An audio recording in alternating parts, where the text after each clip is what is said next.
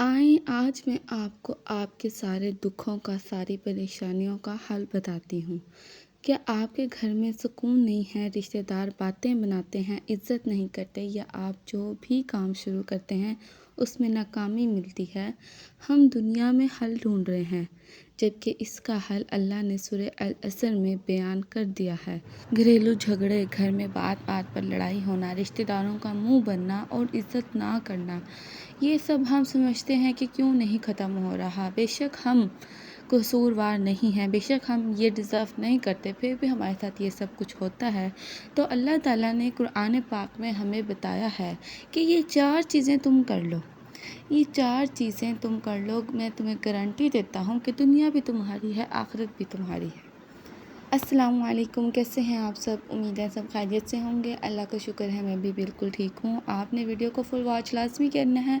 आज की वीडियो में मैं आपको बताऊँगी कुरान और हदीस के हवाले से कि कैसे आप अपनी ज़िंदगी और अपनी आखिरत संवार सकते हैं, कैसे आप इन मुश्किलात से निकल सकते हैं, अपने आप को सुकून दे सकते हैं, ज़हनी सुकून हासिल कर सकते हैं, दिल का सुकून पा सकते हैं।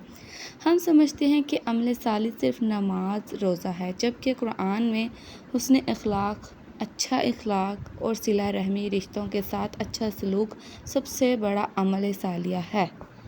अगर रिश्तेदार इस लायक नहीं हैं कि उनकी इज़्ज़त की जाए, अगर रिश्तेदार मुंह बनाते हैं तो आप उनके साथ अपना अखलाक ख़राब ना करें, अल्लाह के लिए उन्हें माफ़ कर दें। जब आप बदले में नरमी दिखाएंगे, अमल सालिह करेंगे तो घर के झगड़े खुद ही ख़त्म हो जाएंगे और इज़्ज़त अल्लाह खुद दिलों में पैदा कर देगा इंशाअल्लाह। आपने हर बात को दिल पर नहीं लेना, अपने दिल और दिमाग को साफ़ रखना है और अल्लाह की खातिर सबको माफ़ कर दें। देखिए, रिश्ते तोड़ना अल्लाह को कतई पसंद नहीं है, चाहे वो कितने ही रिश्तेदार बुरे क्यों ना हों। अगर रिश्तेदार आपको ज़्यादा तकलीफ़ देते हैं, आपको ज़हनी अज़ियत देते हैं तो उनसे मिलना जुलना कम कर दें, लेकिन जब भी वो आपके सामने आएँ उनसे सलाम दुआ करें, उनसे हाल चाल पूछें। मिलना जुलना आप कम कर सकते हैं, लेकिन रिश्ते जैसे भी हों तोड़ नहीं सकते। रिश्तों को निभाएं, रिश्तों को अपने साथ रखें, आप रिश्तेदारों को छोड़ नहीं सकते। घर वालों में आपस में लड़ाई, मिसअंडरस्टैंडिंग और ईगो, घरों में झगड़े इसलिए होते हैं क्योंकि हम एक दूसरे को नीचा दिखाने की कोशिश करते हैं।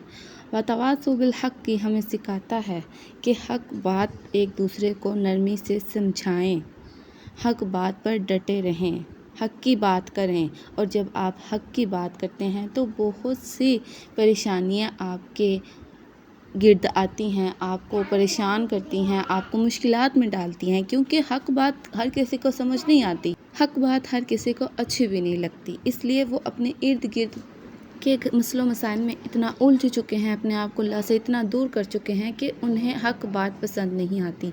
घर के मसाइल को लड़ने की बजाय बैठकर नरमी से और हक़ के साथ हल करें। एक दूसरे की गलती को अकेले में समझाएं ताकि रिश्ते टूटने से बच सकें। आपने अगर दुनिया के कसारे और नाकामी से बचना है तो अपनी ज़िंदगी में ये 4 चीज़ें ले आएँ। अल्लाह पर पुख्ता यकीन, ईमान, रिश्तेदारों के साथ अच्छा सलूक, अमल सालिह, घर में नरमी से बात समझना, हक़ और हर नाकामी पर डटे रहना, सब्र, इंशाअल्लाह ज़िंदगी बदल जाएगी आपकी। किसी ने कुछ बुरा कह दिया तो सब्र किया करें, कोई आपके साथ अच्छे तरीके से पेश नहीं आ रहा तो सब्र किया करें, कोई इज़्ज़त नहीं करता सब्र किया करें, भरी महफिल में कोई आपको ज़लील करने की कोशिश कर रहा है सब्र करें। सबसे आखिर में सब्र आता है। जब आप सब्र करना सीख जाते हैं तो अल्लाह आपको हर वो चीज़ अता करता है जिसकी आपको ख्वाहिश होती है या जिसके बारे में आपने सोचा भी नहीं होता। अल्लाह को बहुत पसंद है अपना वो बंदा जो हुस्न सलूक से पेश आता है, सब्र करता है, हक़ की बात करता है और अल्लाह के फ़ैसलों का इंतज़ार करता है। अपने अल्लाह पर एतबार करें, अपने अल्लाह पर यकीन रखें, तवक्कल करें। देखिए, अगर आपको किसी ने कुछ कह दिया, बदले में आपने भी उसकी एक बात के 2 जवाब दिए, उसका मुंह बंद करवा दिया या आपने उसके साथ बुरा सलूक किया, आपको लगता है कि जैसे को तैसा मैंने अपना बदला ले लिया, तो क्या आपका बदला अल्लाह से बेहतर है? आपका इंसाफ अल्लाह से बेहतर है? नहीं, अपने अल्लाह पर छोड़ा करें, इंसाफ बेहतर करने वाला वो है।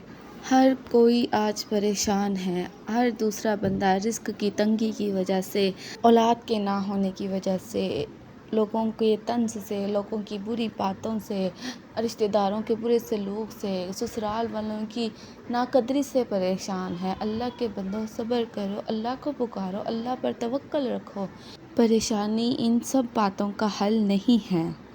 آپ کے اختیار میں نہیں ہے کہ آپ سب کچھ ٹھیک کر سکیں، اور جو سب کچھ ٹھیک کر سکتا ہے اس کو آپ پکارتے ہی نہیں، آپ اس کو بتاتے ہی نہیں اپنے مسئلے۔ بے شک وہ سب کچھ جانتا ہے، لیکن دعاؤں میں جو طاقت ہوتی ہے، اللہ چاہتا ہے کہ میرا بندہ اپنے دکھ میرے ساتھ شیئر کرے، اپنی پریشانی مجھے بتائے۔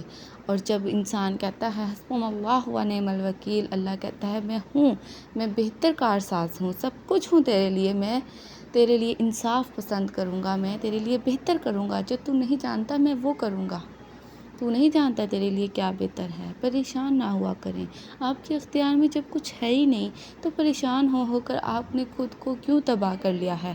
اپنے اللہ سے باتیں کیا کریں، جتنی بھی پریشانی ہے آپ کو اپنے اللہ سے بات کر کے سکون حاصل ہوگا، آپ کو دلی سکون ملے گا، آپ کو ذہنی سکون ملے گا، اور آہستہ آہستہ اللہ پر توکل آپ کی پریشانیاں اور مشکلیں حل کرتا چلا جائے گا۔ نہ سوچا کریں کہ لوگ آپ کے بارے میں برا کیوں سوچتے ہیں، لوگ آپ کے ساتھ برا کیوں کرتے ہیں۔ بہت سی ایسی لڑکیاں ہیں، میں نے دیکھا ہے، جو شادی کے 2-4 سال بعد بدتمیزی کرنے لگ جاتی ہیں، اور پھر بدلے میں جواب دیتی ہیں کہ ہم تو ایسے نہیں تھے، یہاں آ کر ایسے ہو گئے۔ کیا آپ کو وہ لوگ بہت پسند ہیں جو آپ کو تنگ کرتے ہیں، ذلیل کرتے ہیں، آپ کے ساتھ بدتمیزی کرتے ہیں؟ کیا آپ کو وہ لوگ اتنے پسند آئے کہ آپ نے سوچا اور یہ فیصلہ کیا کہ آپ بھی ان جیسے بن جائیں؟ کیا آپ یہ بتائیں کہ ان لوگوں کو باقی سب پسند کرتے ہیں؟ نہیں نا، تو آپ کیوں ان لوگوں کے جیسے بنے تاکہ آپ کو بھی سب پسند نہ کریں؟ اللہ کے بندوں، اللہ کے بتائے ہوئے راستے پر چلو، صبر کرو، اللہ سے دعائیں مانگا کرو، اپنی پریشانیوں کا حل مانگا کرو۔